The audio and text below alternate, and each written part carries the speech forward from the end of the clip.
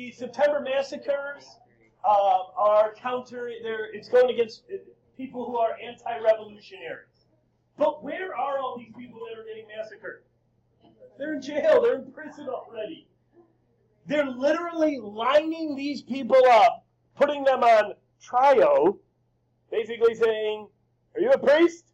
Yes. You're guilty. And they just beat these people to death right in front of other people who are waiting for their trial.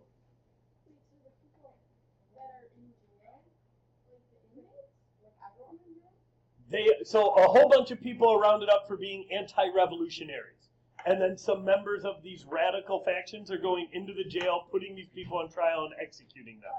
Yeah, sorry. That they thought was sketchy, yeah. So this is before the reign of terror? Correct. So who's doing this? Actually, a lot of this is members of the Jacobin Club.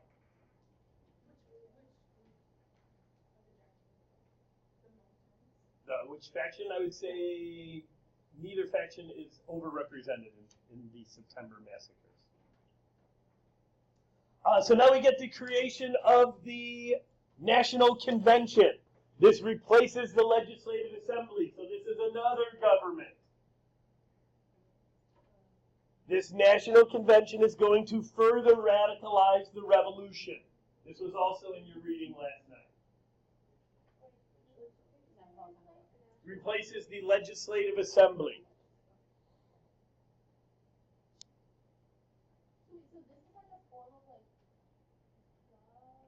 This is another government, yes.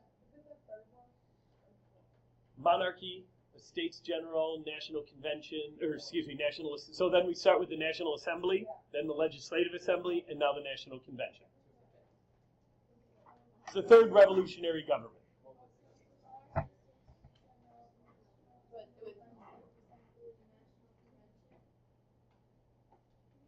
Now, while this government change is going on, we get the emergence of the Jacobins.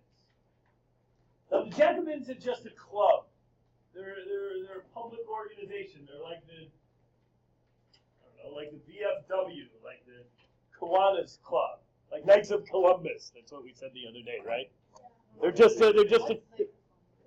It's a private organization. It's a club. It's a group. They are going to drive much of this second phase. They are very liberal.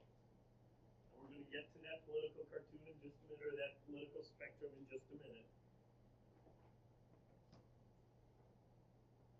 Now, most of the membership in the Jacobin Club itself is middle class. But a lot of their ideas are shared with the sans-culottes. These are the urban working poor.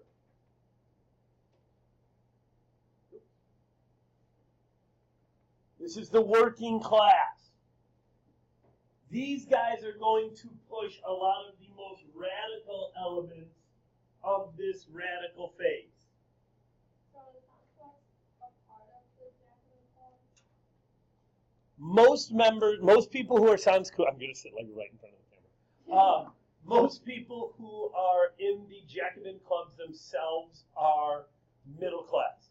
The sans-culottes are working class, but they share a lot of the same ideas.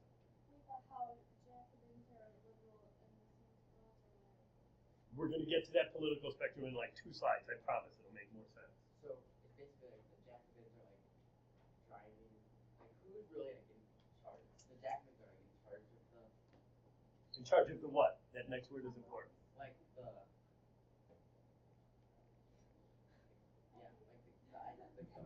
like the No.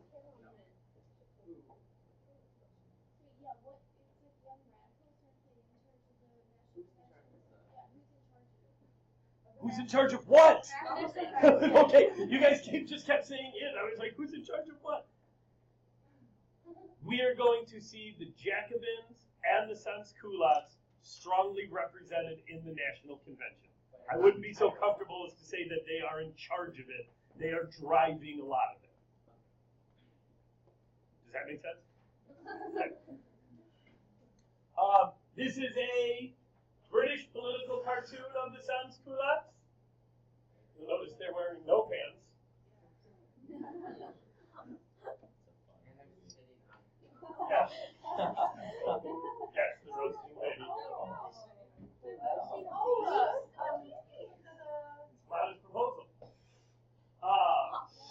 it weird that we were like, right?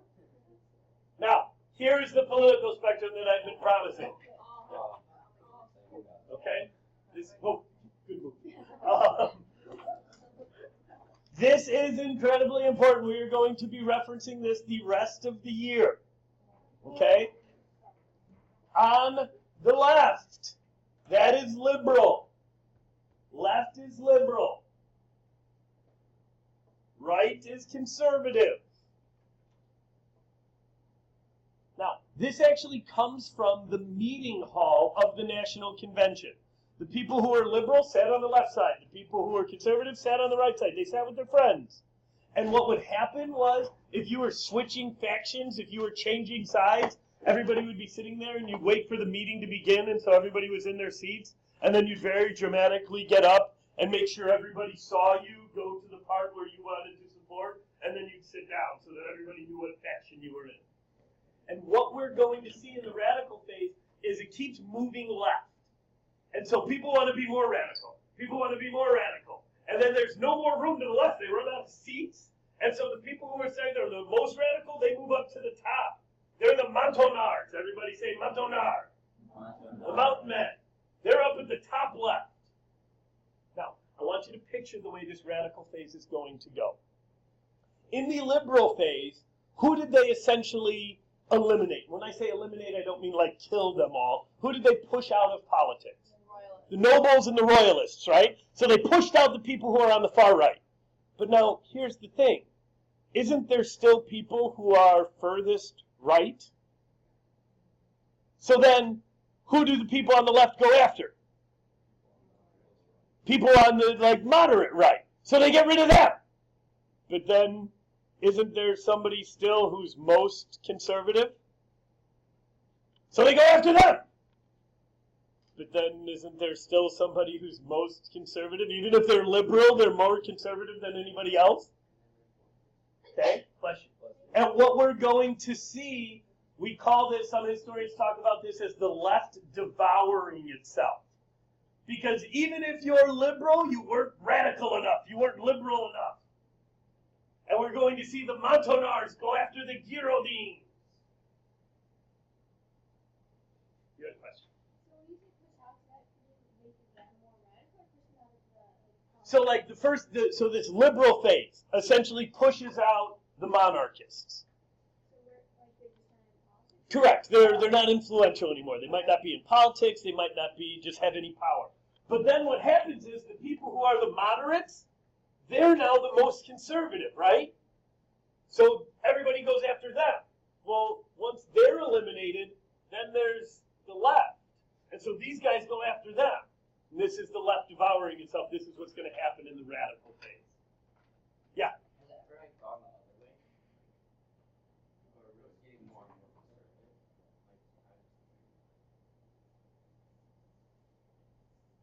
I can't think of an example, but that doesn't mean that it hasn't. I'd have to give it some more thought. By the way, what do we call somebody who is far, far, far, far, far, far left? Well, I'm sorry, I shouldn't say on the political. That is true. That is true. I've used the word a couple times. Radical. Okay? You can be radically conservative also, it's just not used that often as a term. Radical usually implies left.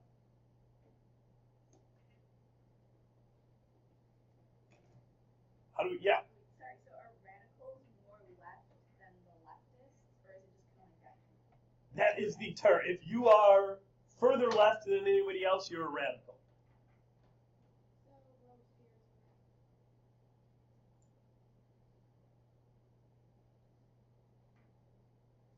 Yes. Yeah. There's some people who wanted to go further than him. That's why I wasn't. But yes, he is. Yes. Yeah. I guess it's hard to say he wasn't a radical. Like, yes, he was. I'm sorry. I shouldn't have hesitated on that. Yes. Here's their motto. Liberté, égalité, fraternité. Please remember that motto. It's especially relevant for this phase. But really all of the French Revolution becomes their national slogan. Liberté, égalité, fraternité. No. Liberté, égalité. If the President of the United States can get up and address his country and speak French, you can remember 3 French words. No, he doesn't. He said like a French sentence. He said this. And he said something like, we are with France and liberté, égalité, fraternité. Let's move on. It's 3 words, people. Now, the economic and social policies of the National Convention. These were alluded to in your reading. I just want to make sure you get them. They abolished the monarchy. They established a republic with universal male suffrage. Every adult male has the right to vote. Every adult male, correct. Where on the political spectrum? What type of reform is this? Conservative, liberal, or radical? This is as radical as it gets. The idea of giving every male the right to vote, that's insane. Next thing you know, we're going to let chicks vote. Sorry, that's on camera. This is incredibly radical. Okay? This is incredibly out there. Were they doing this because, like, they really thought everyone should be equal, or almost, like, make a point? I'd say both. That's a great question. I'd say the underlying idea is everybody really should be equal, but the bigger picture is like, this is... It's just, like, so far opposite of what it used to be. Yeah, I think so. By the way, this idea of a republic, and this is a key idea that I want to make sure gets driven home to in this French Revolution. All of the scariness that is the French Revolution happens while it's the republic. The heads chopping off and the blood in the streets and all that excitement. This gives republicanism a dirty name for the next century. Republicanism, little r, by the way, not capital R like the Republican Party. It makes republic a dirty word. People associate it with lawlessness and chaos and blood in the streets and violence and disorder.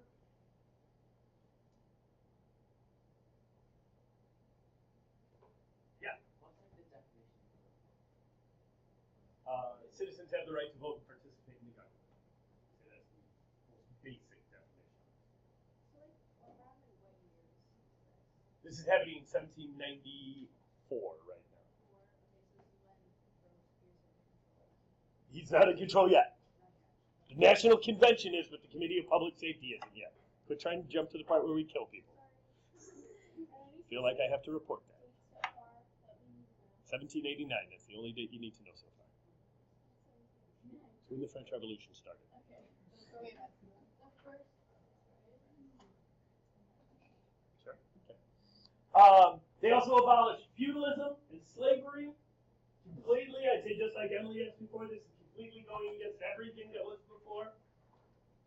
They also institute a planned economy. Historians looking back call this embryonic war socialism. Embryonic meaning like it's just a little baby, like kind of. Okay? Now don't worry about socialism and communism yet. I'm only using this term because what that means is that the government is running the economy for the people and the government. That's what war socialism means. The government is running the economy.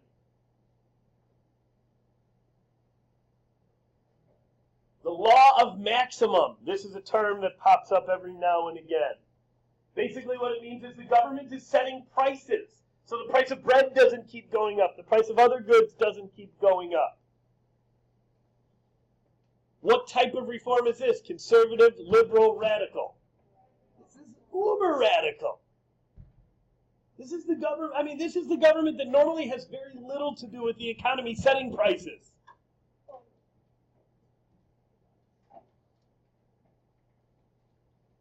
Now, there's also a cultural revolutionary aspect to the National Convention.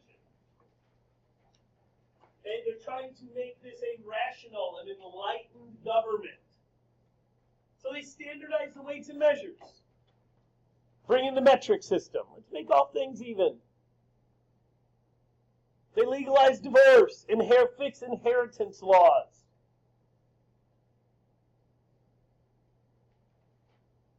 Now, it's a republic.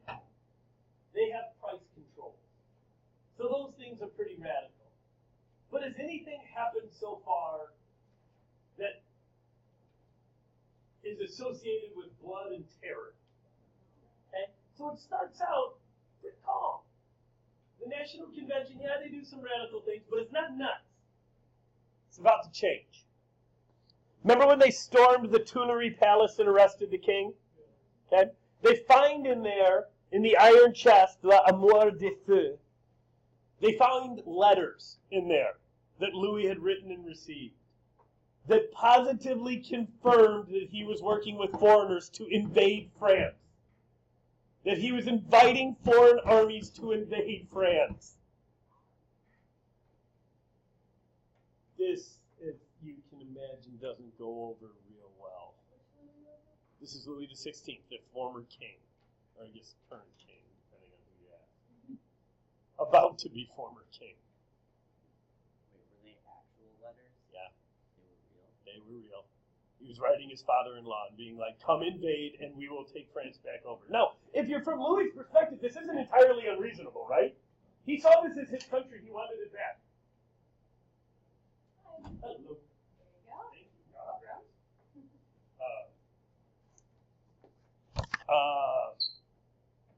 But this is going to seal his fate. Two things. One, how do you spell that palace? Tuileries Palace, just like it sounds, only with more L's and silent S's. Okay. And then, what did he invite foreigners to come do? To invade France. He was trying to win back his country. He's basically saying, I've lost my army, so I need another one to help me win France back. This is going to pretty much directly lead to his execution. He's put on trial. He unanimously is found guilty of treason, but he's only convicted to death by one vote. Yeah. They call him Citizen Louis Capet. He's not king anymore. He's not Louis XVI. He's just Louis Capet. Most people say it's this act that initiates the most famous part of the French Revolution and the most famous part and the most radical part of the radical phase, and that is the Reign of Terror. It's cool. Ooh, lucky. I stole that from somebody. Yeah, there's a little head. Look. There you go. There it is. Now, Oh my god. the Reign of Terror. What the? The Reign of Terror lasts just over a year. Okay, it lasts just over a year. Essentially, with the execution of the king, war picks up. The other countries are going against France even more. And so the National Convention gives power to one group, one small committee, called the Committee of Public Safety, which is like the most innocuous sounding name ever, isn't it? Like, it doesn't sound like anything awful. But just for a second, picture it in a Russian accent. Picture somebody coming to your door. I'm with the Committee of Public Safety. You need to come with me. Like, that sounds terrifying all of a sudden, doesn't it? Like, it's just innocuous enough of a name that it could be like anything. Yes, that's what it was. That's what Orson Welles actually used. So if all of the other countries are against France, are they like really strong compared to the other countries? We'll get there. Hold on. We will get there. Essentially, nothing has changed as far as coalitions go right now. With the execution of the king, the other countries that are at war with them, Austria and Prussia, increase their efforts. The National Convention gives power To the Committee of Public Safety to protect the revolution. All measures for the defense of the Republic. That's another one of those frightening phrases, right? All measures necessary to defend the Republic. Now, the Committee of Public Safety, it was not an accident that they were using terror. This was a conscious decision to try to terrify any enemies of the Republic. The quote is that they wanted to horrify conspirators, that the blade of the law was hovering above them. This is the government actively using terror to scare its citizens into compliance. No, that's actually Robespierre. The College Board isn't nearly that graphic or colorful. Anybody could be arrested if they could not prove they supported the revolution. It wasn't necessary for the government to prove that you were against it. If you couldn't prove you were for it, you could be arrested. How do you prove you're for it? Look, I'm wearing my hat. I'm pro-revolution. Got the hat. Don't arrest me. Now, the law of 22 Trial. That is a very famous law. Every citizen is empowered to seize conspirators and counter-revolutionaries and to bring them before the magistrates. He is required to denounce them as soon as he knows of them. I want you to read that again.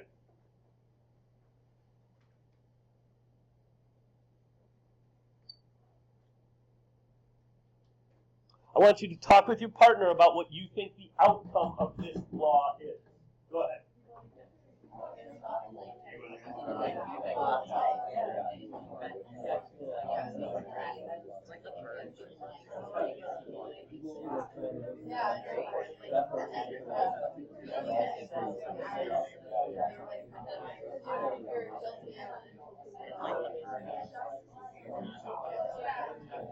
I don't like you. You guys dislike each other.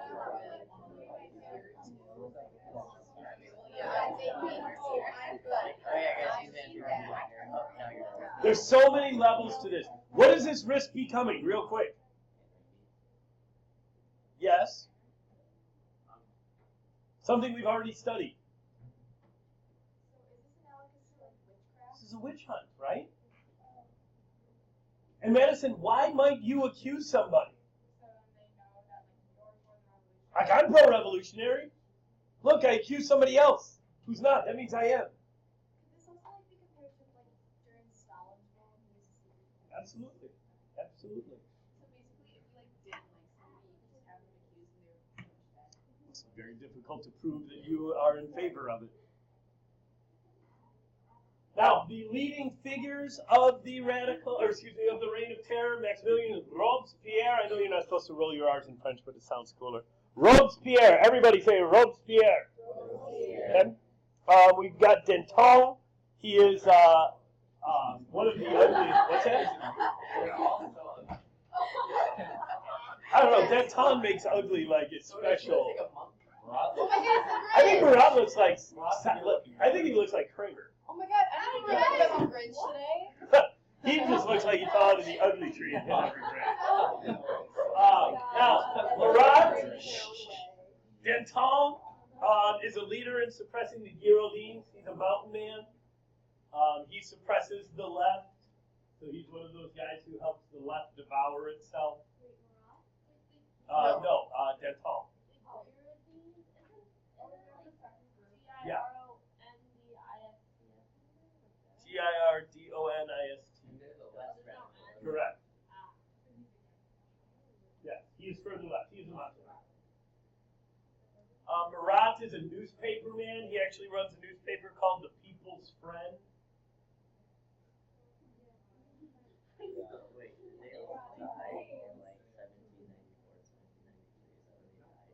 Yes. All three of these men will be killed by the guillotine. We'll get there. Yep. Murat was a lot older though. Yeah, he was actually an experienced politician. Murat actually, I'm sorry, not all three of them are going to be killed by the guillotine. I lied. Two of them are killed by the guillotine. Yes, we'll get there in a second. So here, this moment brought to you by the College Board. After the execution of Louis XVI, the radical Jacobin republic led by Robespierre responded to opposition at home and war abroad by instituting the Reign of Terror, fixing prices and wages, and pursuing a policy of de-Christianization.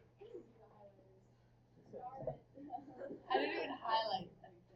Just take it out to Yeah, I just started. Yeah, I'm certain. Now, Murat was killed. Those of you who have read the women's reading, Charlotte Corday, you don't need to know her. He was stabbed.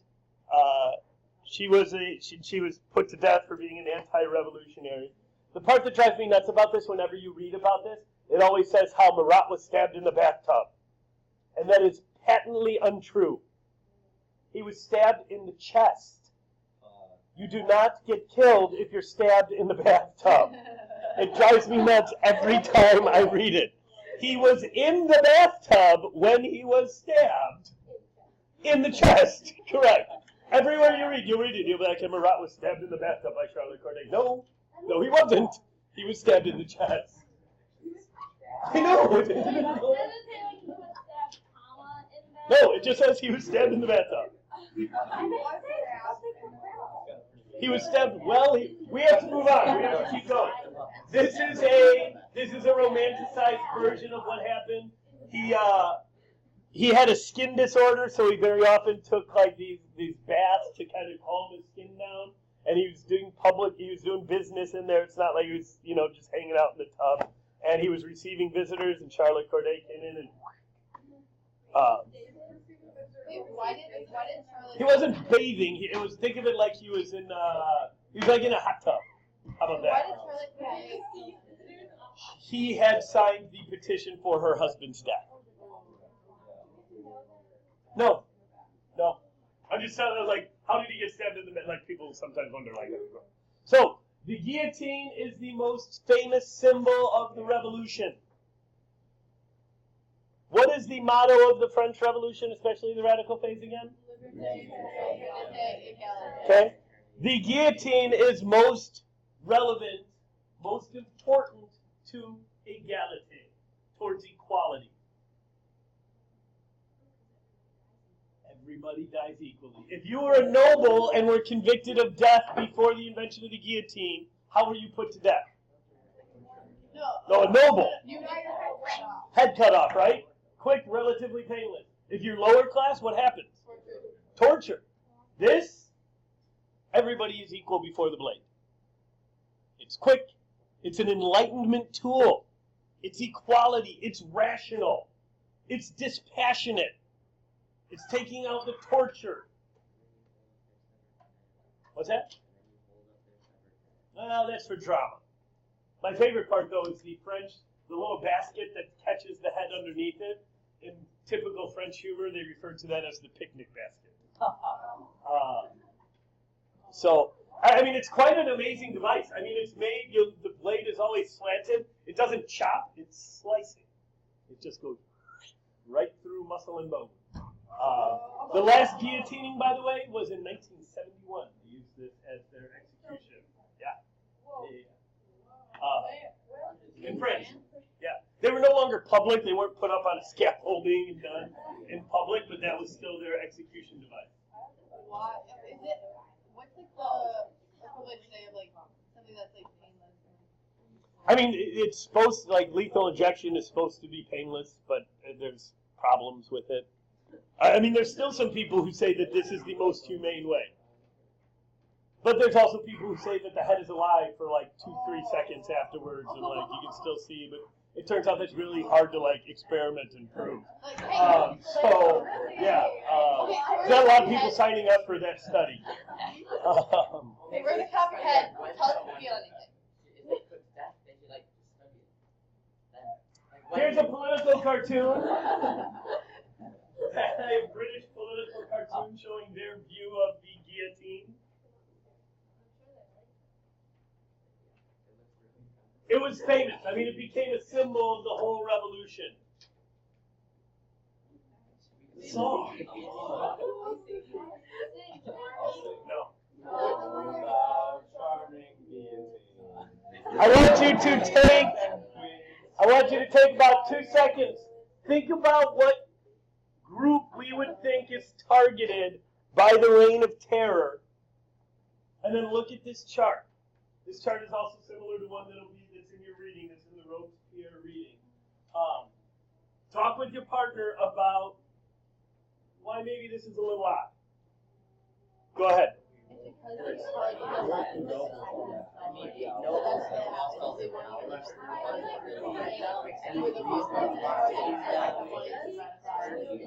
inside their flag, and they had to make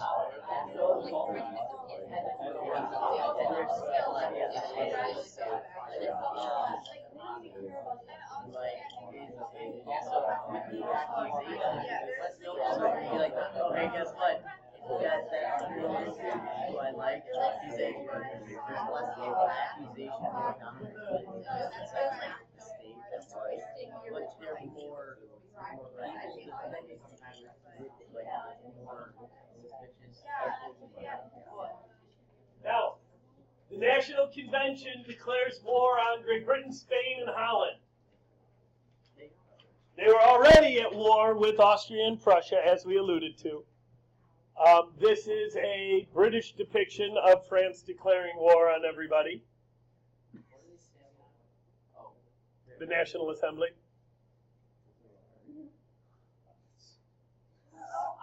Oh, there it is. Yes.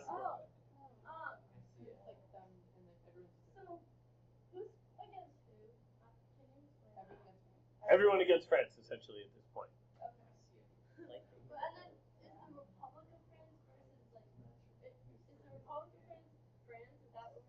Yep. What's the it's in the cartoon? Oh, I thought that was a shield. No.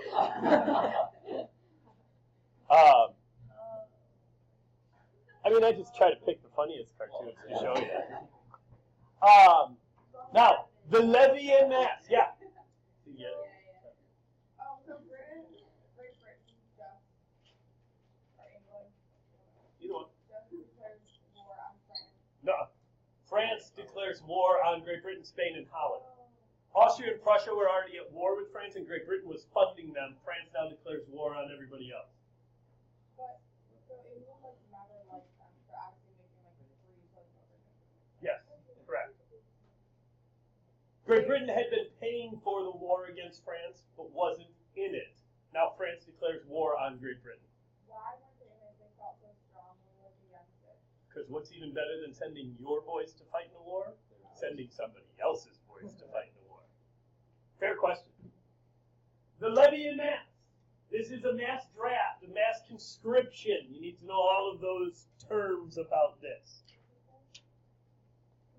It is a massive draft, a conscription. Basically, every adult male is eligible for draft. And this gets them a huge standing army. Yeah. I want to say it was 17, but I'm not 100% positive. Yeah.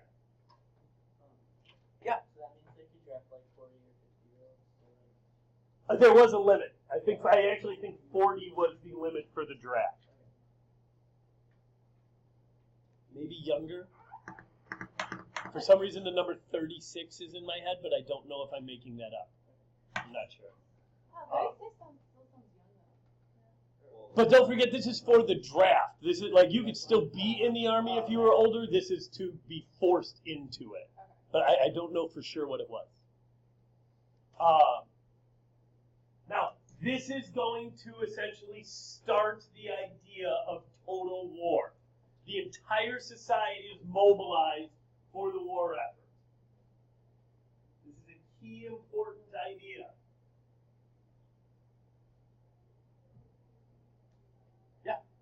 The society is mobilized or immobilized? Mobilized for war. It is everything in the government and in the economy and the society is all working for the war effort. Is this the first time? Most people say this is the first total war. We're going to get there. Yes. And this is where that concept's going to come out of, in fact. That's the College Board's words up there. Revolutionary armies raised by mass conscription sought to bring the changes initiated in France to the rest of Europe. We are not going to have time to talk about the concept of an army based on merit, not on birth, but that's an important one. Circle that or something to make sure you get back to it. The part at the bottom, an army based on merit, not birth.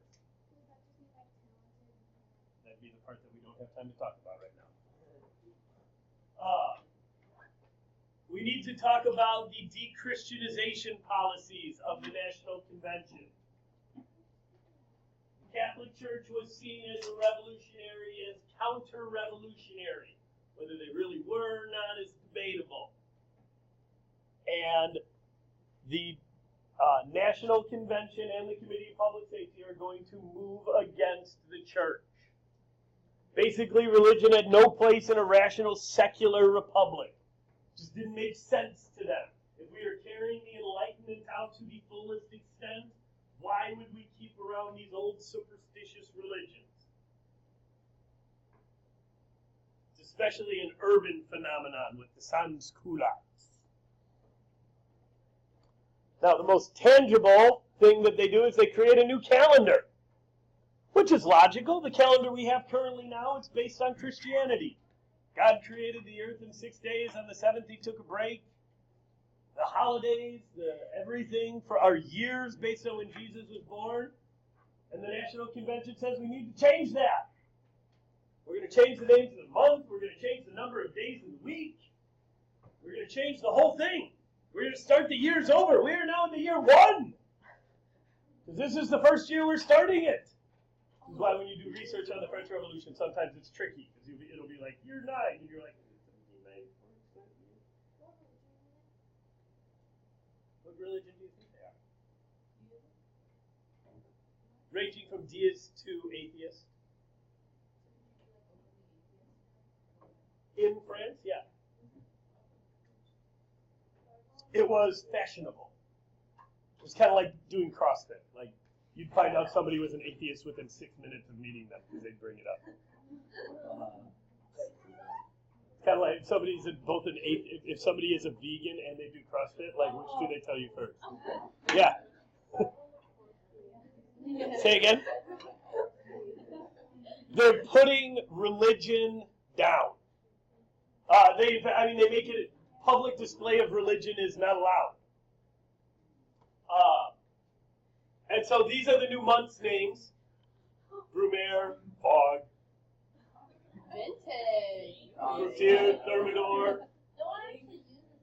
Oh yeah, everybody has to. Oh no, it's done away with in 1806. Yeah. Napoleon comes in and he's like, "This is ridiculous. We're changing this." Sorry, spoiler alert. Napoleon's good.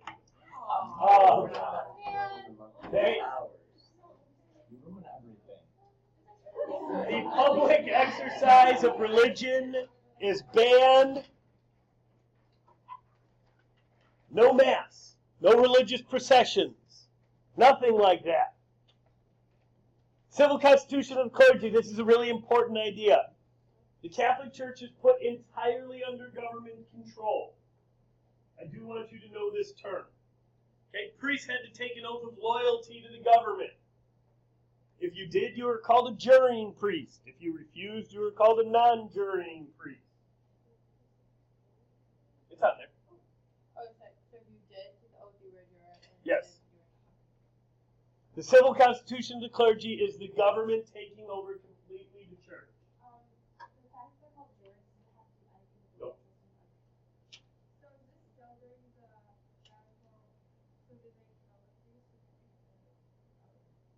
Those who didn't take the oath risked being killed.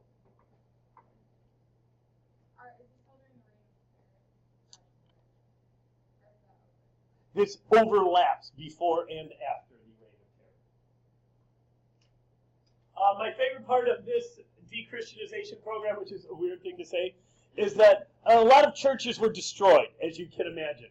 But Notre Dame Cathedral is literally the heart of Paris. Like, all mile markers in Paris are measured from Notre Dame out. And even these incredibly radical, anti-religious, like, fervent people couldn't bring themselves to destroy Notre Dame. It's almost like they're like, we're against everything religion, and then, oh, but it's so pretty. So we'll just rename it. It's no longer a cathedral, it's a temple of reason. So you can go in there and, reason stuff, like, do math, or whatever it is you're going to do. And so there is a pretty nice looking temple of reason. This is simply just a graphic that shows, holidays. They didn't do away with all holidays. because, well, people like holidays. But they couldn't have Christian holidays anymore, so they created some new ones. And one of them is the Festival of the Supreme Being. What type of holiday is this? It's a deist holiday. Very good. Because it's still religious. There's a Supreme Being. But it's not picking Catholic, Christian, Jewish, anything like that. It's just Supreme Being. This is simply a graphic that shows the percentage of juring priests. The darker it is, the higher percentage of juring priests. So you can see it's highest in and around Paris and then down here in the south. And essentially the further out you go, the fewer people are taking this oath of the civil constitution of the clergy. Why was it like so strong in that one little point with that 5 grand? Down here? I'm not sure actually. Don't know the answer. Now, the backlash to the de-Christianization policy. They're trying to take away people's faith. And a lot of people are not pleased with that, especially in the countryside. And in fact, Robespierre himself never particularly supported it. He wanted religious tolerance rather than to do away with religion. Now, the Vendée Revolt. It's really important that you understand not everybody supported the revolution. Those purple areas on the map, those are all places of anti-revolutionary insurrection. The National Convention. Those are all areas where there's anti-revolutionary conflict going on. The most famous place, the biggest anti-revolutionary, is in the Vendée, which is just like that area of France. It'd be like saying the Midwest or something like that. It's the name for a region. Now, why did the Vendée happen? Big picture, they didn't like what was going on with the revolution. They were getting a lot of people drafted. They were still paying a lot of taxes. They weren't getting any benefits from the revolution. And they didn't like the civil constitution of the clergy.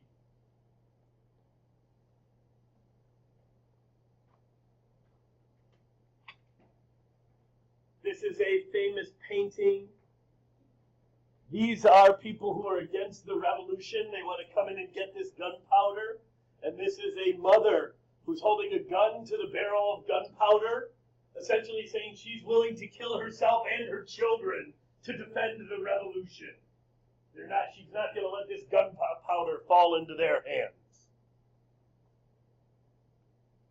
I'm telling you what it is. I'm not saying you have to agree with it. The Siege of Lyon, this was a town that was very anti-revolutionary, and essentially the revolutionary government leveled it. They put a sign outside of it saying, "Lyon made war on liberty. Lyon is no more." You'll actually take a look at most of this political propaganda over the weekend. Here's the College Board. While many were inspired by the revolutionaries' emphasis on equality and human rights, others condemned its violence and disregard for traditional authority. I would say both internally and abroad this applies to.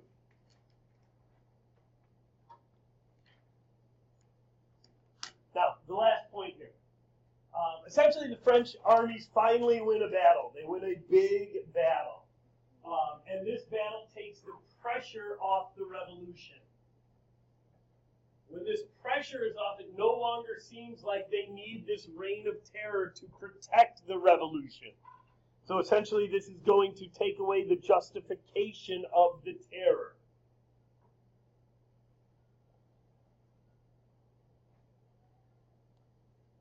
And we'll see what happens after that when we're done with the radical phase.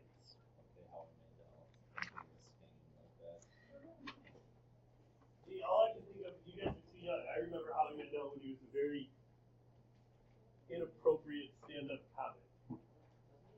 I missed your numbers class. Essentially, well, this is going to bring the end of the radical phase. How about that? Your homework for this weekend besides everything else. This won't take very long. Okay, half of this is what you already have. All right, you must be prepared to speed date on Monday. The only thing you need to write down for me for Monday is the who would have said this. But here's the thing. The first question talks about the role war played in the radical phase. Discuss the Brunswick Manifesto. If you don't think about this stuff at all, you are going to be useless to your speed dating partner. You don't have to, you're not going to have time to be like, wait, hold on. I don't know. I mean, it like did stuff and things. I would say you would be a better speed dating partner if you had some things jotted down. Just like on the sheet. That'd be fine. We are going to answer them in speed dating, but if you are not prepared, you are not going to be a very good partner. Okay? You need to be prepared to discuss all of the things on this list. Thank you for your work. Thank you for your hustle. Nice job. Bye, Mr. Thompson's class. You guys want to say bye to everybody?